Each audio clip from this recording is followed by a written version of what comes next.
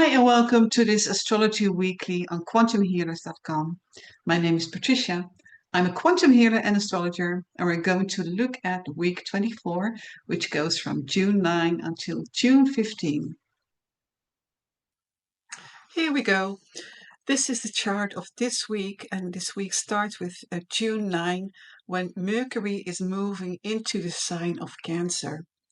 Cancer, being a water sign, is about emotions. It's about the heart energy. It's about communicating from the soul with the soul. So when Mercury is moving into Cancer, we are becoming more aware of how our communication is being influenced by our emotions, but also how we can influence our emotions by how we communicate with ourselves. So it's about the internal communication and how we are dealing with that. I think this is a beautiful reminder to be loving to ourselves, to be loving in our communication with other people. And of course, this starts with being gentle with ourselves. Okay, now on June 10, Jupiter is also moving in the sign of Cancer. Jupiter as the planet of expansion, our worldview, optimism, hope, trust in life. Shows that when it's moving in the sign of Cancer, that again, we can find trust by tuning into our heart center. So there's a lot of heart center energy this week. And we know that when a planet is moving into a new sign, we call this ingress, the energy of this planet is very strong. So this means that this week, the heart energy is really strong. Now, what Mercury and Jupiter have in common is that they both are related to education. Mercury being the one who educates on the level of information, receiving information, sharing information, and Jupiter is more related to education as developing your view on things. So, and it's more like uh, the part of education where we are building our values, building our ideas, our philosophies, our political views. And it is very interesting that both of these planets are moving into the sign of Cancer, the heart-based energy, because this points out that education should really start with a motivation from within. When people are able to motivate themselves from their heart by finding their passion, finding their joy, it's much easier to receive information, to implement information, and to educate yourself. And I think this points to something that is really, I feel, a topic the last years, ever since the world changed and as schools started to close down for a couple of months, and children start to experience what it is like to have home education. And this has set a new tendency for schools, students, and teachers to explore education from a homeschooling perspective, because schools couldn't ignore that many students learned much easier when they were being homeschooled. And of course, there's a lot to this topic that can be discussed right now. I won't go into it too much, but I do want to emphasize that what we see in general is that there's a whole movement where education is changing, because a lot of students don't feel that they fit into the regular system anymore. A lot of parents feel the same. And I feel that this change in education systems should implement the heart-based energy, the heart-based information processing. So I think this is really being emphasized by Mercury and Jupiter moving into the sign of Cancer. And another thing that is happening this week on June 11 is that we have the full moon in Sagittarius. Again, Sagittarius is the sign that's being reigned by Jupiter. So this is also related to education, expansion, or worldview. And when there's a full moon in Sagittarius, there's a lot of energy that is going, that is focused on the outside world. Well, this is interesting because Mercury and Jupiter are motivating us to go within, to look within our heart.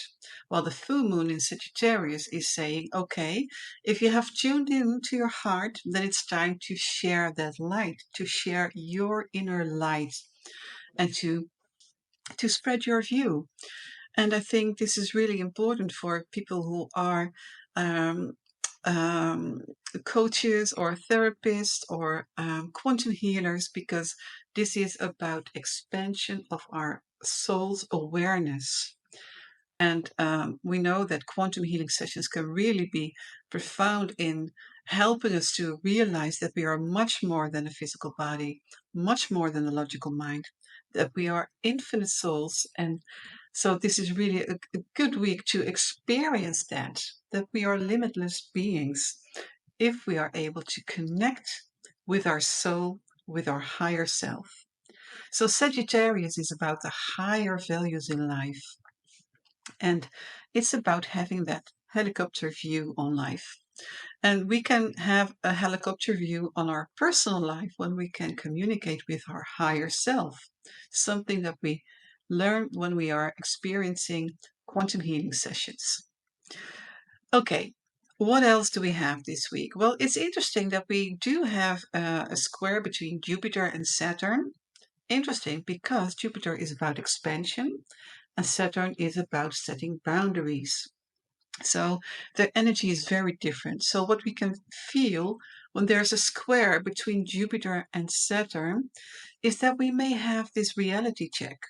So whenever we feel that we are wanting to expand our lives or to experience more freedom, more independency, it could be that we encounter some obstacles because Saturn is usually the one that offers us obstacles in life to test us, like how much discipline do we have to pursue our goals.